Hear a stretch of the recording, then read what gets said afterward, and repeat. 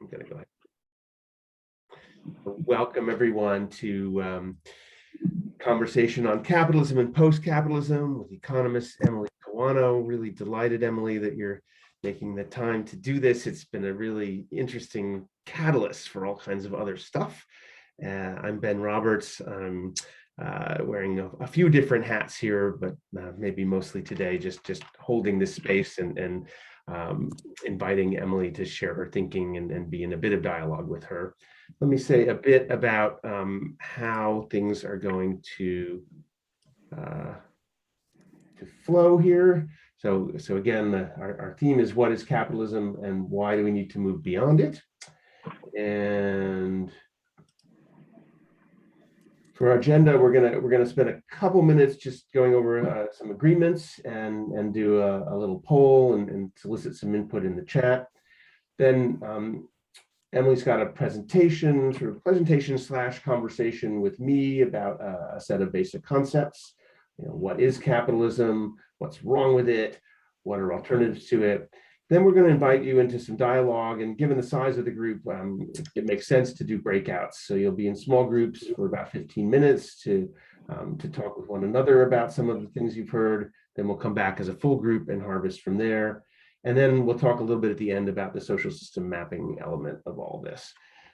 So let's move into the agreements quickly right now.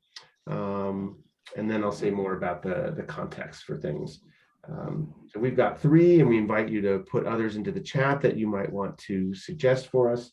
And let's call these suggestions as much as agreements. I think in a context like this, we can't necessarily expect that everybody is going to agree to everything, but we encourage those of you who are used to stepping up or being in the foreground to step back a little bit, and those of you who maybe are somewhat more quiet to take some space here and see if we can follow that pattern to reverse some of the patterns of who often dominates spaces like these. To expect non-completeness, that we only have 90 minutes, now a little less, for a pretty complex topic, and so we're stirring things up, and we have ways to continue connecting and building on this for those of you that are drawn in and want to stay engaged further. And that we invite you to welcome and respect the diversity of views, that there are a lot of different opinions on this topic, and so let's make space for all of them. Are there any others that people want to add? Did we get anything dropped into the chat about that, perhaps? Let me take a quick look. Oops.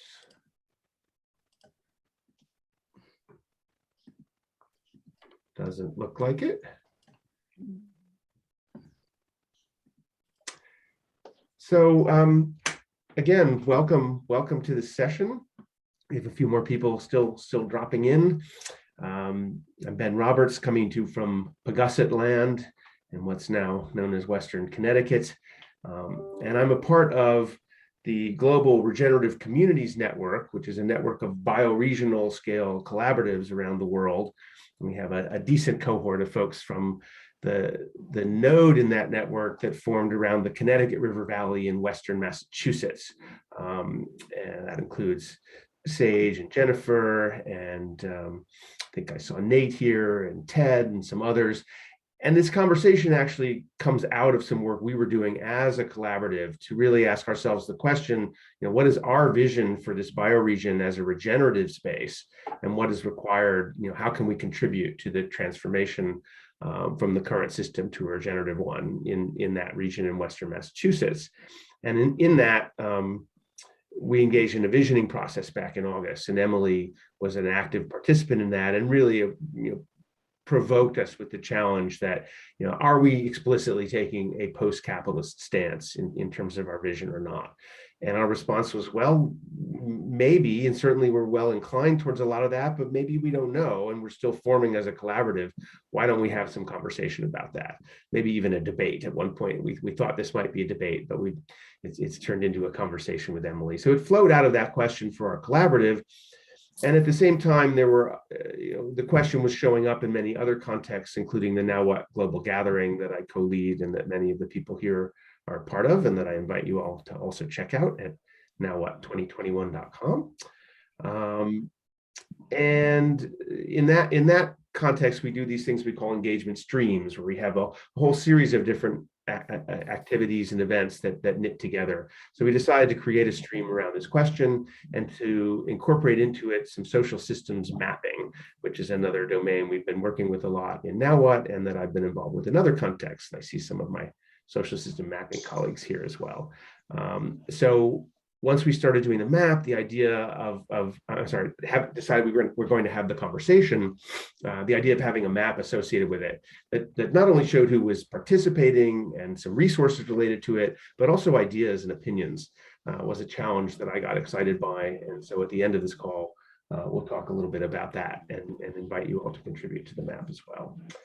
So I think that's probably enough to set the context. We do sort of have a calling question for all of this that straddles, in a sense, the question of capitalism or something beyond it, but at least declares that, and this is probably a good way to express where we were coming from in the Connecticut River Valley Collaborative. How can we support the transition to an economic paradigm that serves the well-being of people and planet? That whether capitalism can do that or we need something else, we know that what we have now doesn't do that. We're going to take that as a given, that the well-being of people and planet are actually being extracted in service to profit for the short term by the hyper-capitalist, neoliberal, whatever you want to call it, system we have. And we need something else. And so with that, I'm going to turn it over to Emily and be in a little bit of conversation with her around, what is capitalism and why do we need to move beyond it? Oh, no, wait, we're going to do the polls, right? Before we jumped into that. Should we still do that? Yeah, okay. So we're going to do two things here. We have a really simple poll that I'm just going to launch right now that basically invites you to, on a scale of 1 to 5, say where you stand on whether we can do that. Can we transition to an economic paradigm that serves the well-being of people and planet by reforming capitalism? That would be a 1. Or that we need a new system, that would be a 5. And if you're somewhere in between, you can put 2, 3, or 4 in there. And we also give you the option to say you're not sure, don't know, or maybe other. Maybe it's none of the above. So let's just take a minute for people to register their views there. Again, 1 means we can get there by reforming capitalism. 5 means we need a totally new system. 2, 3, or 4 are somewhere in between. And you could also say other, or you don't know. See, I knew there'd be an other, Emily. We've got 70, we're almost there with full participation. Then the other thing that we thought we'd invite you to do is are you coming into this call, into this session with a question? Something where, you really, the answer to that would really be valuable to you, to the groups you're working with, to how you, position yourselves in the world. So if you want to drop into the chat a question you don't know the answer to, that really would be valuable. We're not going to promise that we'll address all of them directly, but I think that can inform our next session, where Emily's going to do a fair amount of talking, and I might chime in here and there with a question or a comment. And we might bring a few more folks in too, based on what we see in the chat now or while we're talking. So, all right, we got everybody. Let's see, end poll. Share results. So we have one hardcore capitalist here on the call. Thank you for showing up. Yes, most people are in the 4 to 5 end of the spectrum. We have some in the middle or leaning. We have a couple that don't know. Actually, 9 that don't know. So that's a pretty good cohort. A third of the call, not sure. Might be interesting to check back in with some of you towards the end and see, did you move one way or another, or maybe with all of us. Maybe we run the poll a second time and compare it. And then some people, one other. I wish we had time to dig into this more, but on a 90-minute call, I think we want to leave time for people to talk to each other in breakouts and have a full group conversation at the end, and plenty of time now to hear from Emily. So I'm going to stop the sharing. And again, if you want to drop things into the chat that are kind of your, some questions that you're coming up with, coming into this call with, I invite you to do that. And maybe we'll just turn it over to you now, Emily. I will spotlight you, and you should have screen sharing available. Okay, great. Yeah, Thank you. It's exciting to be here. Excited to have this conversation.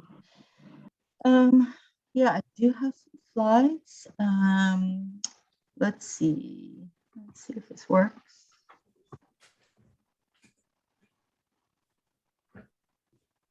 Okay. Get rid of this.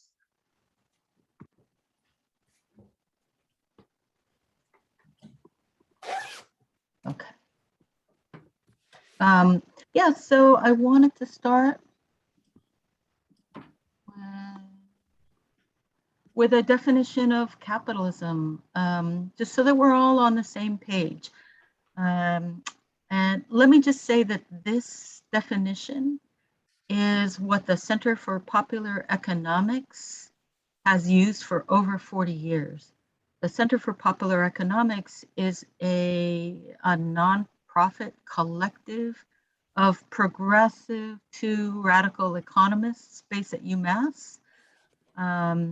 And our mission, the Center for Popular Economics mission, is to help people better understand how the economy works or doesn't work, as the case may be.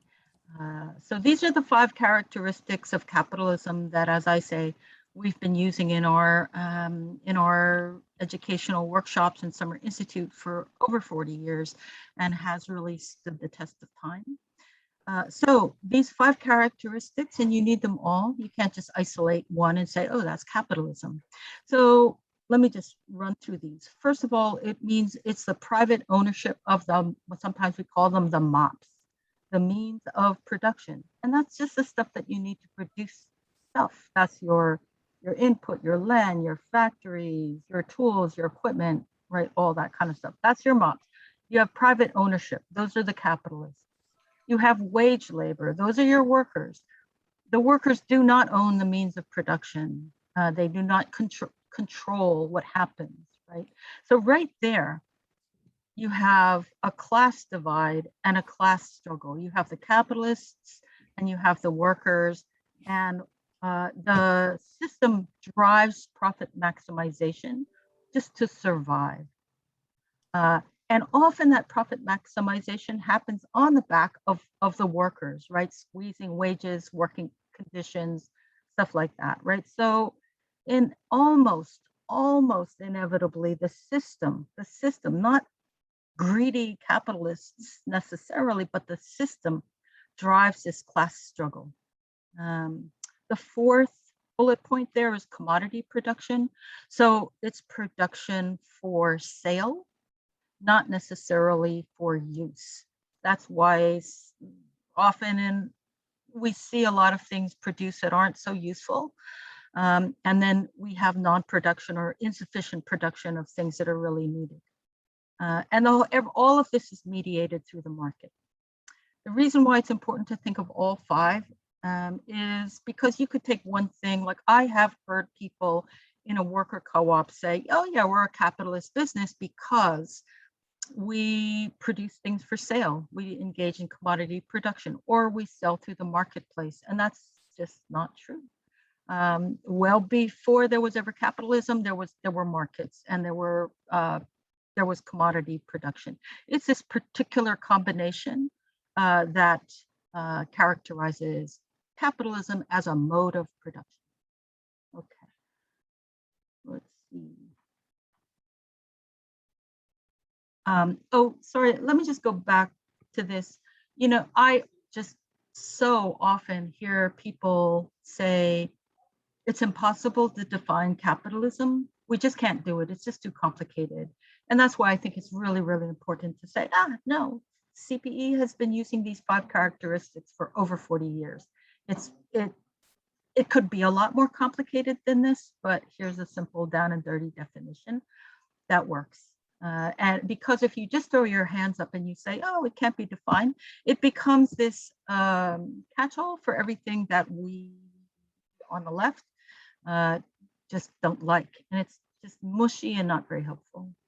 Okay. So I want to look at these 2 main kinds of paradigms. One is capitalist paradigm, the other one is post-capitalist. So I'm going to start off by talking about capitalism, And within capitalism, there are different models. So right now, what we see as the dominant economic paradigm is neoliberalism. But before neoliberalism, there was New Deal capitalism, and in Europe, you see social democracy. You can think Scandinavia. So neoliberalism, if there was kind of an Animal Farm slogan of neoliberalism, it would be markets good, state bad. So it's about deregulating, the state should not interfere, a social welfare state should be shrunk as much as possible.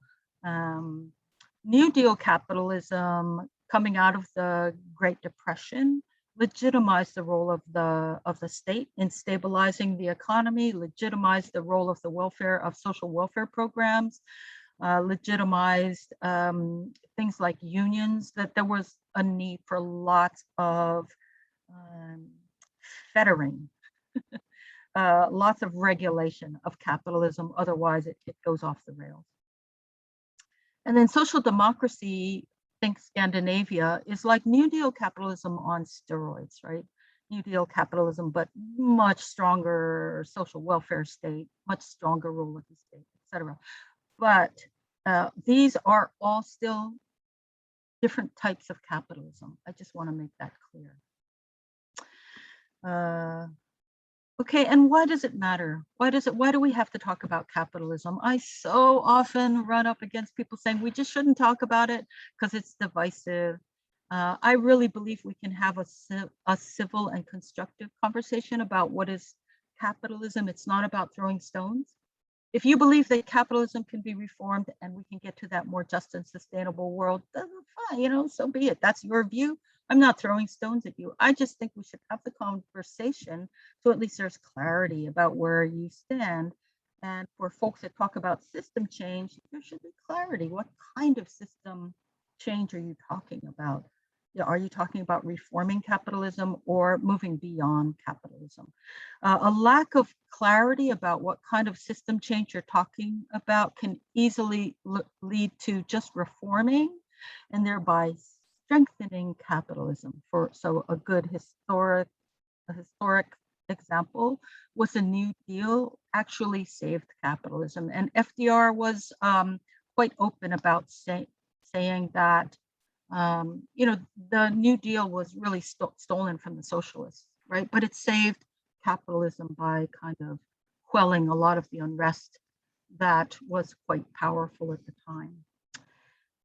Clarity about what your long-term vision is helps to ensure that at least Solidarity Economy, SE is Solidarity Economy, is building transformative reforms, sometimes called non-reformist reforms, instead of just reforms that are strengthening capitalism.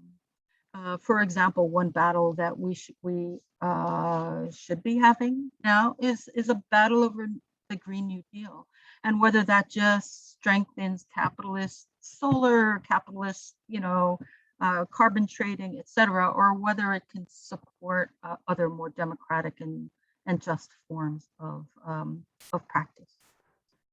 I think. Are we stopping there, Ben? Yeah, let's pause there for a second. And I'm cracking up to see that our one pro-capitalist vote was actually a 5 that got the scale reversed. So whoever was the 2, you're the bold one in the group. But I think this question is so important. Maybe we stop the screen share for a second, and should probably spotlight myself.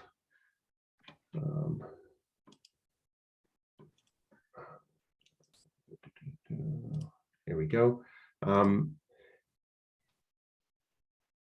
The distinction between reform and something truly different, and the question of when we're in one domain versus the other, and why we need one or the other, or perhaps both. That feels important. And my sense from talking to you before is that your feeling isn't that there's something wrong with trying to reform capitalism. It's just not enough, right? And so that's valid work. Or is it that, like going back to FDR, maybe this is the question, right?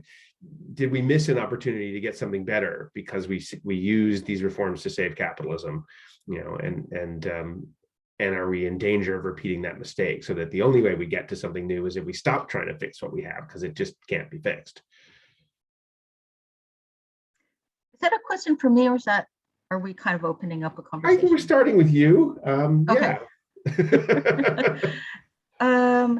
Yeah, I think that it is a missed opportunity, and having clarity about where you're trying to get really has an impact on what you're doing. Even if so, here's an example of a reform that could be a non-reformist reform, or a kind of reform capitalism. So the fight for 15, right? Like that could be a reform, and it could be folded into capitalism and make it stronger, right? Or you can see it, you can frame it as a stepping stone towards a different system. So it matters to me, it matters a lot. Any kind of, we should always be fighting for reforms. We always need to fight for better working conditions, better wages, better environmental protections, better all kinds of things. And it matters where you're headed in the long run. Like if you're fighting for, say, the fight for 15, if that's all you are aiming for, you get your $15 an hour passed in your state, you're done, then you've supported capitalism, right? If you see it, okay, this is one step, and then the next step is for workers actually to have control over the workplace. That's quite different. Right. And to share equitably in the financial returns, rather than CEOs making 200, 300 times what the lowest paid worker does, right? Right.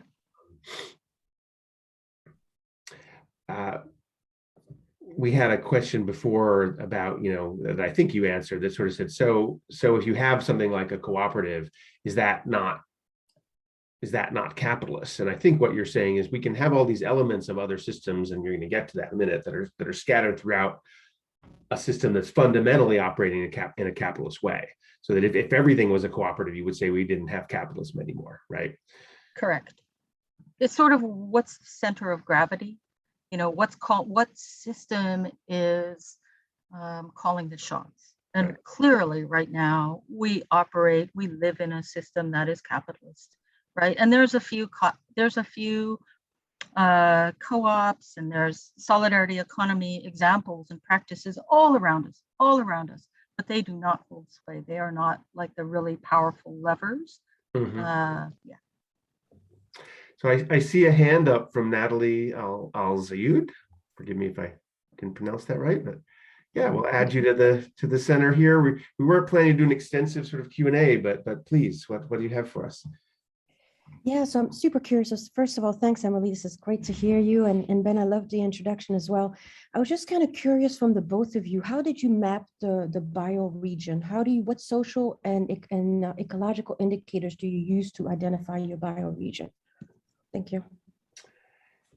Sure, that's a complex question, and I'm not sure how much I want to go into it on this call, because I don't know, in the question one, maybe put it over to you, Emily. How much does the scale at which we operate affect what our economic system might be? Can you have a capitalist system at purely the local level, or do you need larger economies, whether they're on regional or national scale, to even have capitalism function, or global scale, at least for our current version? Yeah, what an interesting question. Ultimately, I think you need more than local, but local is a good place to start. Now, whether that local needs to be defined as a bioregion, I mean, I would throw that back to you. I think there are really important things to consider about a bioregion, but clearly we have an economic system that doesn't build on bioregions at all. So it seems to me like a solidarity economy would be best served to be sensitive to bioregional considerations, but probably it is not absolutely necessary. Yeah. But I'd be a little agnostic about that. And it would be a localization is definitely a part of the vision of a solidarity economy as well. And the capital system seems to go way beyond that, to not, in some ways, to currently anyway, to be devouring the local scale and commodifying Yeah. the things we used to do for ourselves in community. So one thing I would Natalie, say there's a lot more about, we could say about this, I know, but I think watersheds are one place to start, and in our case, we went with the Connecticut River Valley, but there are also social and political elements to what a bioregion is considered to be, that are part of the history of that place and are relevant.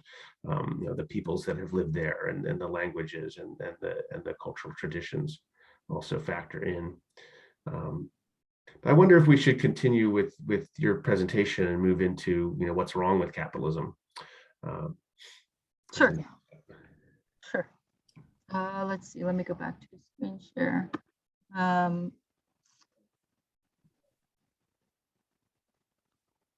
So there are many things that could be said in terms of sort of a critique of capitalism, many things. But for this group, I thought I would just pull out two.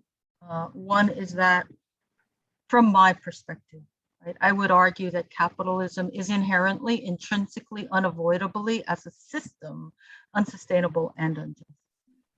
And here's one indication. So these are the red and the blue are two different, very well respected.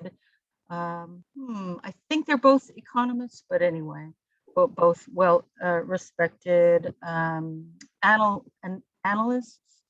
And you could see that there's pretty close alignment on, centuries and centuries and centuries, right, of steady state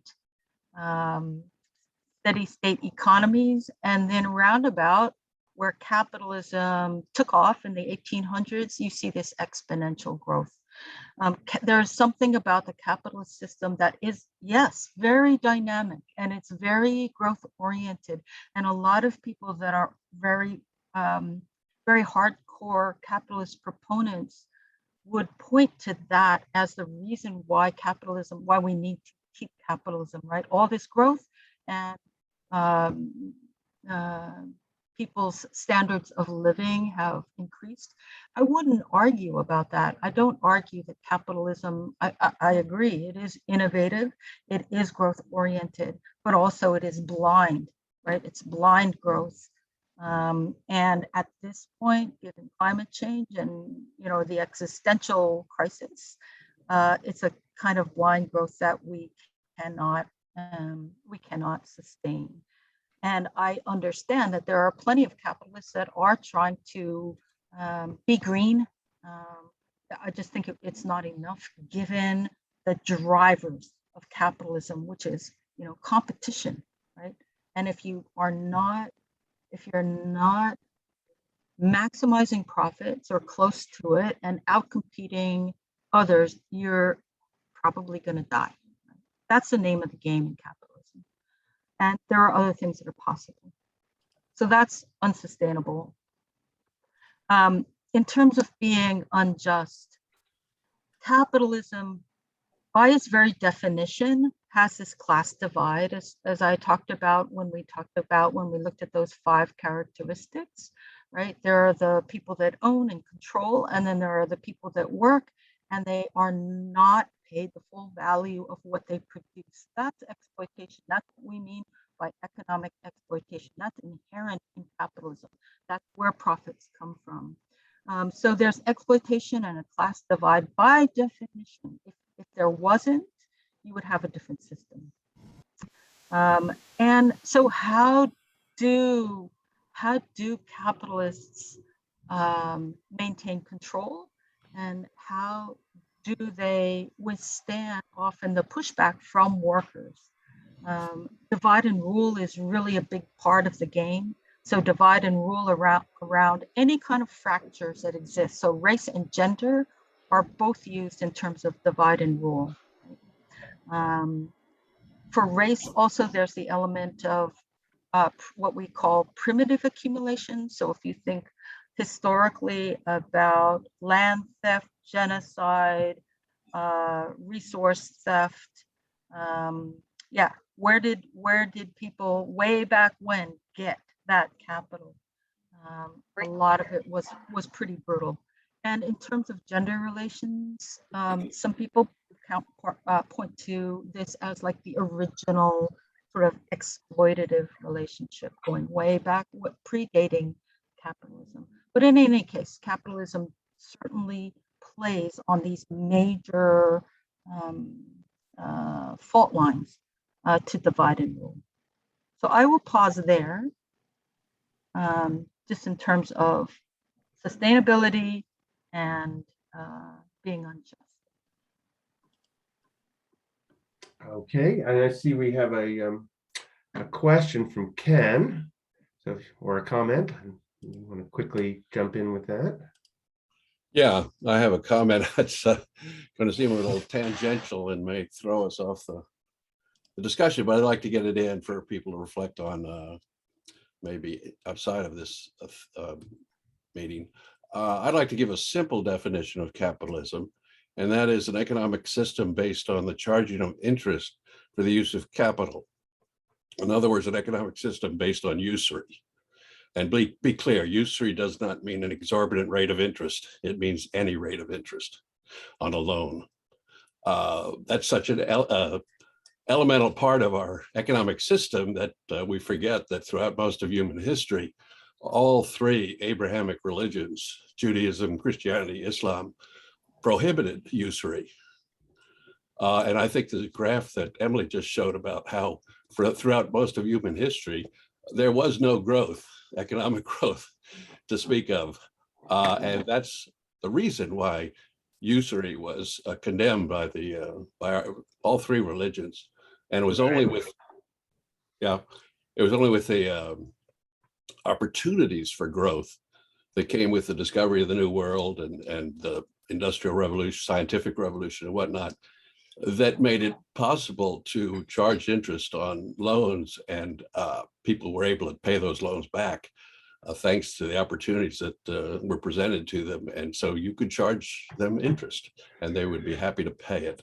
Right. And certainly the case has been made that interest in our money system, is directly connected to exponential growth. So I'm curious, Emily, it seems you're pretty clear that at best is only part of the definition. And if that's all we had, but we had, other structures, you wouldn't consider it capitalist. It might still be problematic, but it's not, strictly speaking, capitalist.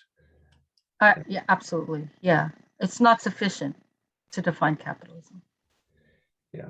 So I'm sorry, Ken. I want to move us into the critique of capitalism here, and maybe that's part of the conversation also to have, in terms of how our money system works that's evolved with it. But I think the point is that part of what we hope to do, if nothing else, in this conversation today, is to sort of untangle a whole bunch of different ideas about economics that we might have different opinions on from the question of capitalism and post-capitalism, and that getting some clarity on that dimension helps us to think about a lot of other things as well.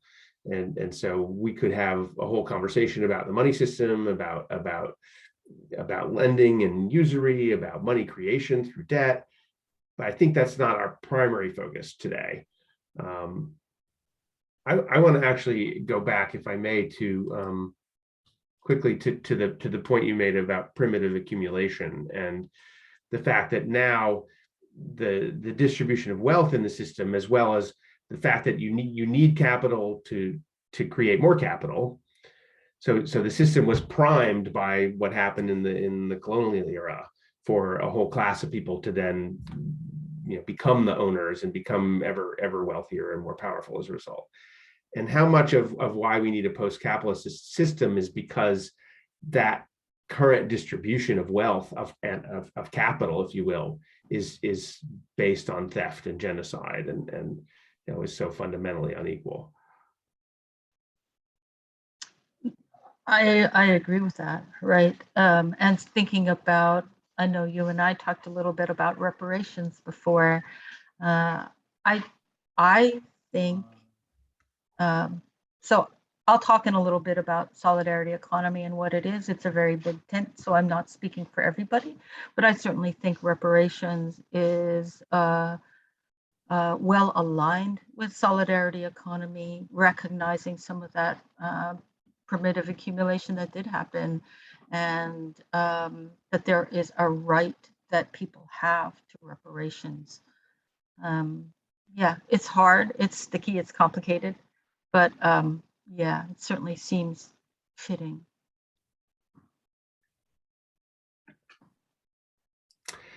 I wonder, if we should move into the next section about alternatives to complete the presentation element here. Okay. All right, so I'm going to go back to the screen share.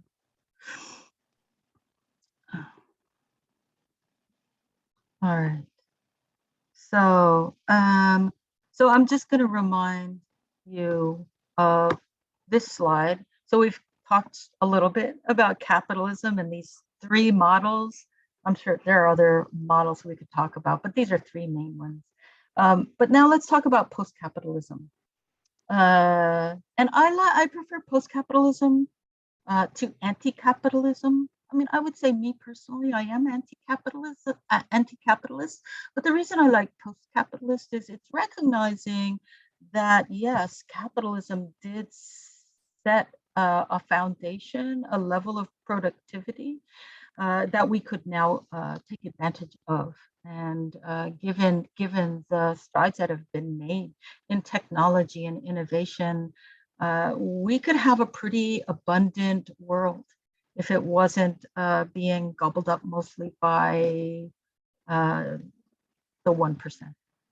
Okay, so that's post-capitalism. And within that solidarity economy, clearly does not embrace authoritarian state socialist or authoritarian models, even though they might be post-capitalist. Solidarity economy is clearly about democratic forms of organization. So clearly, I just want to make that so clear, because sometimes we get conflated. Well, what are you talking about? Soviet Union or China, or like we are not talking about authoritarian models. So solidarity economy is embracing democratic forms of socialism and other frameworks. Maybe it is not any ism, right? There are lots of people, they don't particularly say I'm this, that, or the other. So here's a definition of solidarity economy. This is based on both USN, which is the US Solidarity Economy Network, and RIPES, which stands for basically the International Solidarity Economy Network, which went through a 2-year international consultation process. And so here's the definition that that emerged. So solidarity economy is, number one, it's a framework. It's a framework that connects practices and people that are aligned with solidarity economy values. These values will look slightly different in different places and parts of the world, but they basically do converge around these 5. This is what the US Solidarity Economy Network uses. So solidarity, cooperation, mutualism, etc., democracy, and also participatory democracies, not just voting, but in your community, in your workplace. Equity in all dimensions, race, class, gender, et cetera, et cetera, et cetera. Sustainability and pluralism means that it's not a one-size-fits-all model. It's a big tent. We believe that there are many roads leading to this more just and sustainable world. And all of this is to articulate a post-capitalist world. So solidarity economy is very clear about being post-capitalist in its vision. And if you align with a lot of this, but really believe that we can get there by reforming capitalism, you just, you're welcome to your opinion, but solidarity economy is not for you. Just some indications of how much there is. It is a global movement. There is this international network that has, it's a network of networks that exist on all the continents of the world except for Antarctica. The International Labor Organization runs an annual Solidarity Economy Academy. The United Nations has a task force on the solidarity economy. Solidarity economy is enshrined in a couple of constitutions, and there's a whole bunch of countries that have national policy frameworks in support of solidarity economy. So there's really a lot of concrete policies and practices and movements around solidarity economy. I will also say that one of the birthplaces of solidarity economy is that it came out of Latin America. So it has sort of global South roots.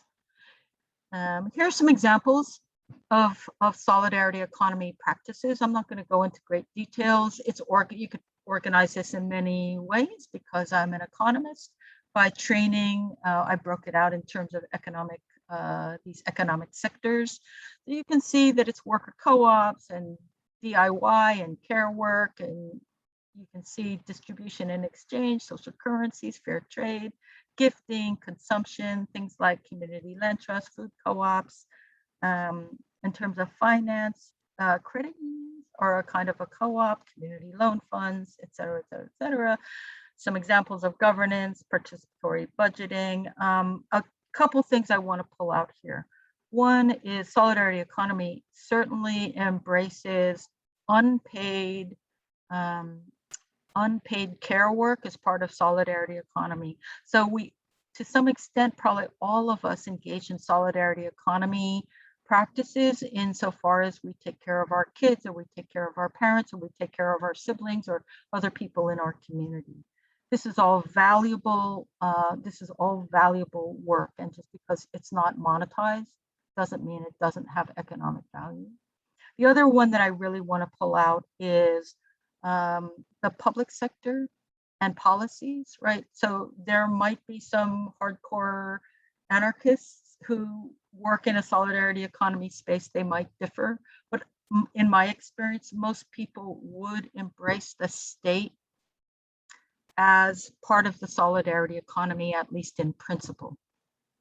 Clearly, the state is largely hijacked by the powers that be, by the elite, by the oligarchy, but it is meant to serve the common good, and as such should be a site of struggle. And even aside from that, surely some things in the public sector are keepers, like public education, right? That's a keeper even after we get our solidarity economy. So the point of this is really to say there is a huge foundation to build on. There is really a huge foundation to build on. We all engage in a lot of this stuff. And this is how human society has survived, or humans as a species have survived through the ages, through cooperation and these kind of practices that are not driven by profit maximization. Okay, let's see. Oh, right. So just a quick comparison of defining characteristics of capitalism, solidarity economy, right? So on the left-hand side, you see the 5 characteristics that we already talked about. And on the right-hand side, you see solidarity economy. So instead of private ownership of the means of production, you have collective ownership of the means of production. Instead of wage labor, the workers are the owners, and therefore that class divide is done away with. Instead of profit maximization for the stockholders based on how much money you put up, how many shares of stock you bought, you have welfare maximization for stakeholders as well as for Mother Nature. You have commodity production under solidarity economy, but you also have this element of producing for use, what's useful, not what's most profitable.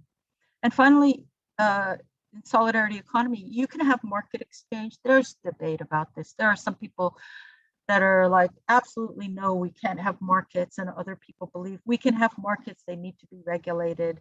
It's a debate. It's not a blueprint, right? We can debate these things, but there's other forms of exchange, right? There's gift, there's some planning that can happen, etc. So there's a diversity of kind of forms of exchange. I'm going to skip this one. I'll skip that one. Yeah. So I think I won't do the imaginal cells. I don't know what sort of time we have, but I assume we should get back to the group.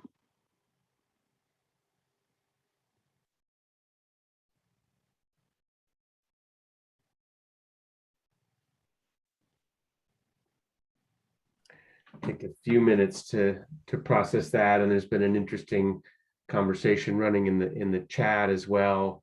I think the point, you were making the point about the imaginal cells before the call, that without going into the whole story of the butterfly, that there are just all these different elements scattered throughout the current system that could be seen as seeds, for the new one, or the new one is there. It's just very, it's not widely distributed. It's scattered all over the place and not coherent in comparison to the dominant one. So I guess that leads me to a question also around how much you feel that we actually understand what the post-capitalist system that we want is, versus how much we're in a very much a transitional and an experimental period. And it's likely that there are all kinds of things we haven't figured out and invented yet that are going to make sense if we ever get there. Yeah, agreed. It's transitional, and I think we'll always be transitional. Presumably, we'll never quite get there, right? And also, there's going to be many different theirs, right? Many different paths. As does Zapatista say, a world in which many worlds fit. And that's very much consistent with the pluralism value of solidarity economy. There's a lot in the chat about the question of value and of creating value, increasing value, separating that out from monetary value to other forms. You want to say a little bit about how you see the solidarity economy's relationship to well, it's really two different things: what we value and the idea of creating more value or the increasing value of things, and how all that relates to money versus other things. So I have not been following the chat. I mean, I agree. I think that there's two different things. There's the question of what are your values and principles, and solidarity economy is pretty clear about what that is. And if we look internationally, it will show up in slightly different ways, and often what seem to be different values end up being, once you start talking about the substance instead of terminology, you find that there's agreement. So that's pretty clear. I'm very comfortable with the values that solidarity. This was more focused on what creates value, economic value. Or value in other contexts that maybe aren't. But I think since we're talking about economic systems, yes, economic value. Economic value Creates it. Does it need to be growing forever? Things along those lines. What's the connection to money? Right. So does it need to be growing forever? I don't see why it needs to grow forever. So how do you create value in a post-capitalist get into what's the essence of value creation and how what we choose to value? Yeah, we could get into labor theory of value and those kind of debates, but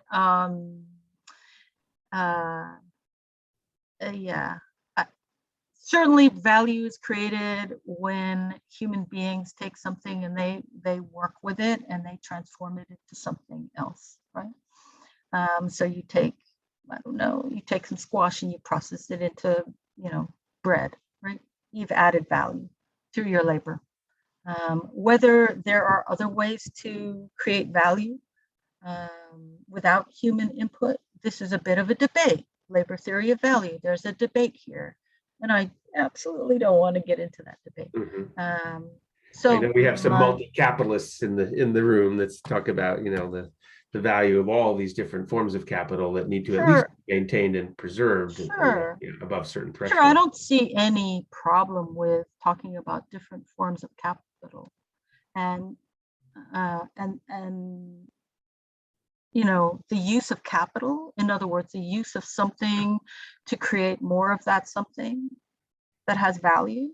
That's as old as forever. I mean, that is not capitalism. That way predated capitalism and does not define capitalism. Capitalism is a particular mode of production that takes a whole bunch of capital and figures out how to make more of it, right? But it mostly recognizes financial capital. Right. And that's problematic. I agree, that's problematic.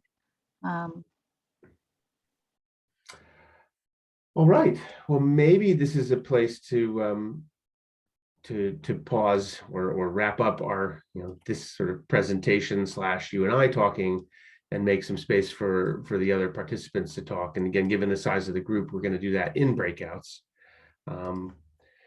But play off of what you've just heard. So hopefully this has been simulating things for you and provocative. I'm going to drop a question into the chat here. It simply is, what questions and propositions regarding capitalism and post-capitalism are most alive for you right now? And this actually feeds into the final thing we'll touch on at least briefly, which is the map and the idea of continuing this conversation. So we're looking to map, among other things, questions that are important, as well as propositions, ideas, assertions, principles, like some of the ones that we've heard from Emily just now, which are already on this map, and then to work with those, to get your opinions about them, as well as just what they are, and then to see what new conversations emerge or what kind of sense we can make from that. So my hope in asking this question is that we're seeding the next phase of this process, where we're getting some new elements to put on our map in terms of key questions, in terms of key propositions. We can also map resources, like some of the things Jerry's been dropping in the chat here, but we'll leave that for a different thing. I'll show you how to do all of this, or point you to how you can do it at the end. Let's go into some breakouts now with that question. For those of you that don't have to leave, I see some of you do have to go, so thank you for being here. And I'm going to pause the recording, and we'll come back after the breakouts for some full group dialogue and resume then. Welcome back.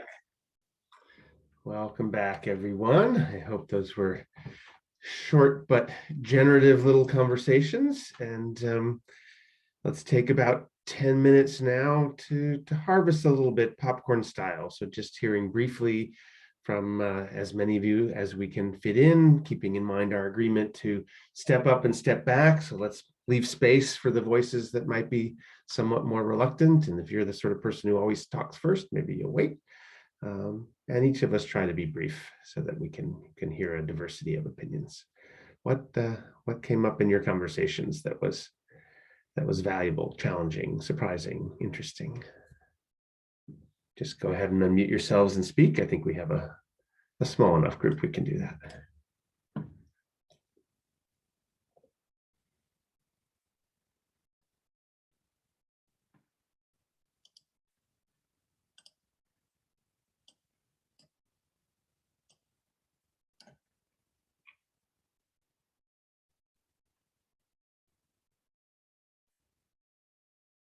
Everyone's stepping back. That's good. A moment to really reflect on what matters.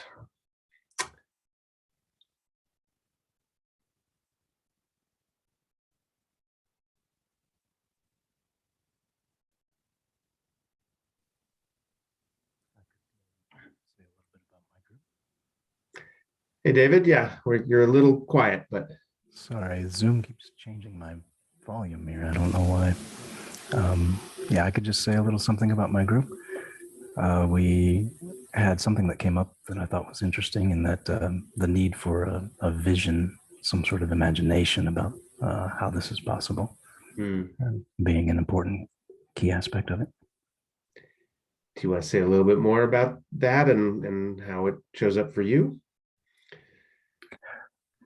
For me, I'm a huge Star Trek fan, so I point to the Federation and Starfleet, and like that's sort of the vision of post-racism, post-capitalism that I like to sort of keep in my head. But perhaps we just need more of that kind of thing in the world.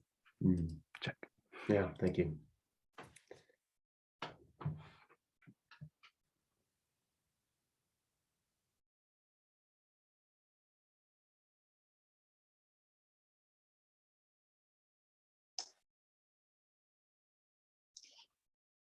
I can say that sort of what came up for me is the challenge to my own ability to be present. in the face of tension and dissension, sort of that we were looking at, like what's a solidarity network? What's a solidarity mean? It means quality of connection among us, really, and how that will be, as we move towards that in this time, I will also be super challenged by the level of blame that comes my way, by the level of fear and intensity that comes my way. From all around me. And then I was saying that I've just been humbled just being in a family with 5 kids, that I am not as sort of super nonviolent as I used to think I was. That I've been challenged with, like the way I behave in ways I don't like. And that's like, this is just at home, in a sense, not out in the streets or not out at work, or, where some other things may be even just more intense in terms of how do I behave. And I was holding that in the context of, my fantasies of what the Cuban Revolution or the Nicaraguan Revolution might have been if they hadn't been attacked. Well, what would I be if I'm not attacked? What could I be if I'm not attacked? But what will I be when I am attacked? So, check. Thanks, Jerry. Economy does mean the management of home, so it does start there. And of course, just Jerry. really briefly, I'll post a video in the chat, but you just triggered. I did a video a long time ago saying that why are economy and ecology seen as such opposites when they both come from oikos, which is the household? They both mean the management of the household. And in the little video, I say, I think the difference is that in economics, we see the household as me and my immediate nuclear family in a household in a zero-sum battle against everybody else, against scarce resources. And in ecology, we see the household as the pale blue dot, the little marble we live on, which is fragile and which we share and which we must take care of lest we all lose our home. And that the scale of the household, the mental metaphoric scale of the household, is a huge discrepancy between economics and ecology.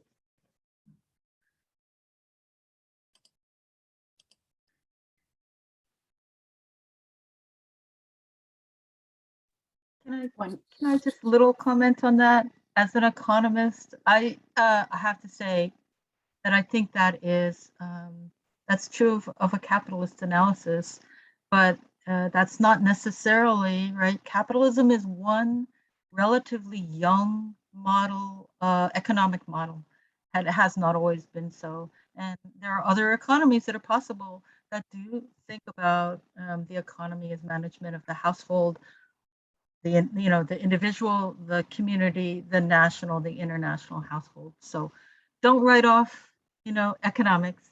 There's a particular economics that's dominant, but we're trying to move beyond. So love that. And my undergrad was economics at UC Irvine, and I wound up doing econometrics, which I call how to lie with numbers, because the economic theory, and I'm no genius on it, was so bad and so not credible. When we got rid of externalities in 15 minutes, I was like, that smelled really important. How did we get rid of it so fast?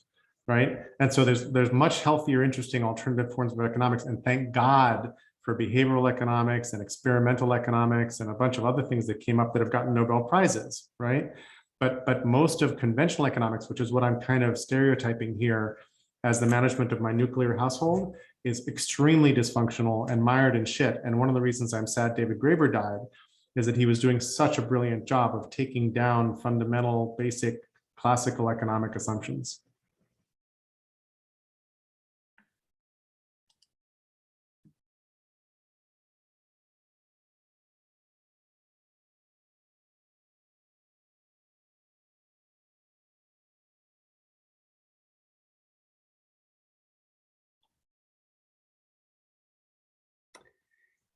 Dita, you've had a number of comments in the chat. Is there anything you want to voice? So something that I really liked from our little group, I liked a lot of things, but the thing that is alive right now is that we were speaking of the places where non-capitalism or less capitalism is working. And again, I guess for me, the interesting place where I would like to explore is how do we invite that to happen? What are the conditions that we can support so that these islands of non-capitalism can grow and survive? Because it's not easy. I have lived for a few years, sometimes quite strictly as a non-capitalist in a capitalist country, and I can tell you, it's really. I spent so many hours dealing with bureaucracy, just because if you're out of the system, then it's just hell. So yeah, I'm very curious how to do that at the community or even at a bioregion level. And I know some places are happening. So perhaps that's my question. How do we support those places? That sounds like a beautiful question for continued dialogue. Certainly one that's relevant to our little bioregional initiative that helped to spark this today. One quick example from that, Madeline Charney shared a resource on a resource on commoning in the area. Madeline, I don't know if you have that link at hand or it's on the map. We can find it in a minute. Great. It's just an example of initiatives that are doing commons work in this particular bioregion that many of us on this call are in. And in fact, it includes the Pioneer Valley co-housing community as one example of that Ted and Jerry live in and that I used to live in. So that's one very small example. Yeah, I don't, Emily, do you want to say a little bit about how the commons fits into all of this before we move to the map, and maybe as a way to wrap up the conversation here? Yeah, sure. I mean, I think of the commons as being entirely aligned with solidarity economy. Absolutely. And it seems that so much of the capitalist system was essentially about enclosing and commodifying the commons. Almost that was its essence in many ways, or is. Yeah. So maybe that's standing out for me as one of the clear distinctions one might make. It gets woven through a number of the different elements that you named that define capitalism. All right, well, I think I'm going to share my screen then, and we'll talk a little bit about this social systems map. And again, all of this is to be continued, and that's one of the purposes of the map, is to give us a different way to harvest from this conversation, to include people that weren't here. Right now, there are only a few people that are showing up on this map. But hopefully many more will. As so social systems mapping is a way to show people and organizations and concepts as well, and relationships among them in fairly complex ways, and to source all that information collectively rather than having to collect it and have some master mapper put it all into the map and interpret it, which can have its advantages too. This is a much messier sort of crowdsourced approach. And part of what we'll be doing is trying to then make sense together of the data that comes in here as it does. This map currently has 3 views, and I'll be adding a 4th. We're looking at the default view, which is agents and engagements. So that's people right now we're looking at, and things like this conversation today. So you can see that that's linked to Emily here. And by the way, here's a bio of Emily. I was remiss in not introducing her initially.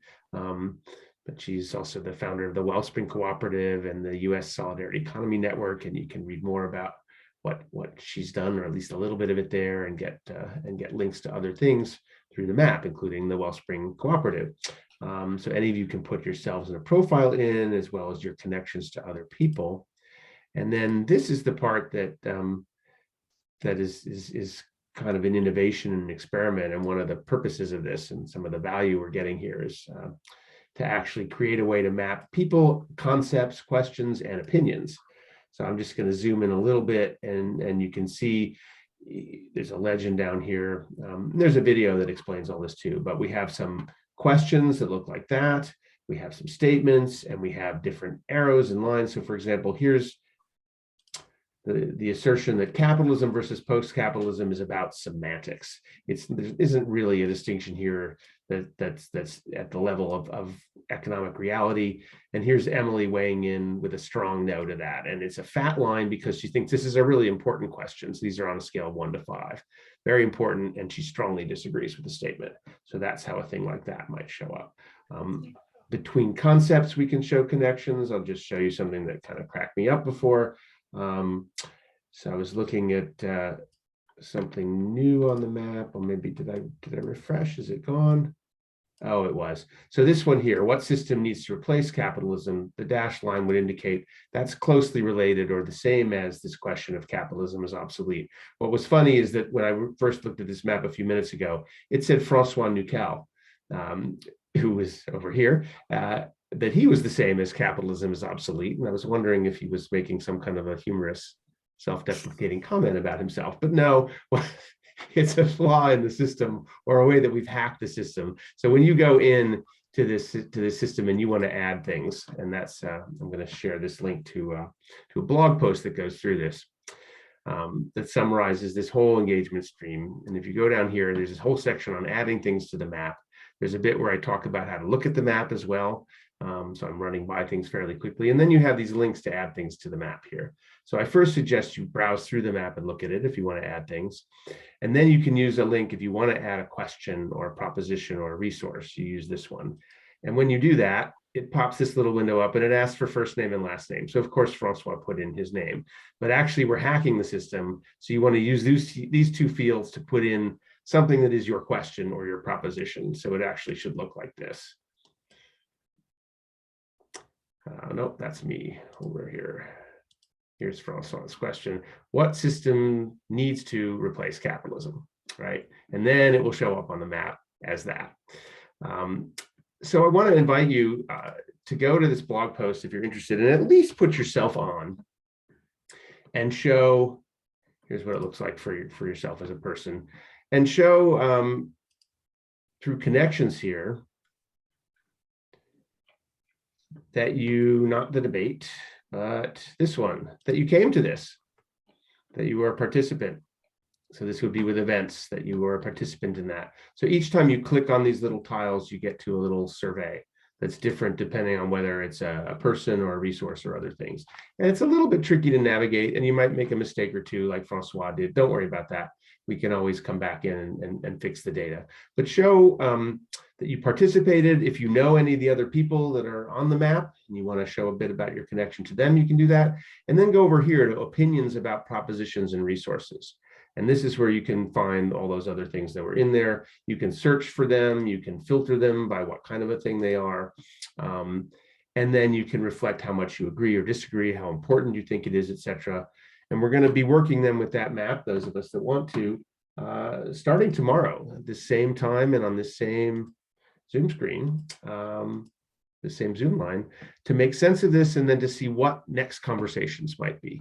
Another thing I didn't show you on there's a whole set of resources we're compiling. I was going to find the thing that you mentioned from Madeline, but if you go to the map and you click on the resources view, you'll be able to spot that.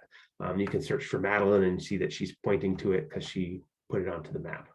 So you might have a lot of questions about that. I know we're just sort of opening up a whole kind of messy can of worms, but that's part of the incompleteness of all of this. And I do want to wrap up on time. I can stick around for a little overtime if people want, but thank you so much, Emily, for offering your time and your insight.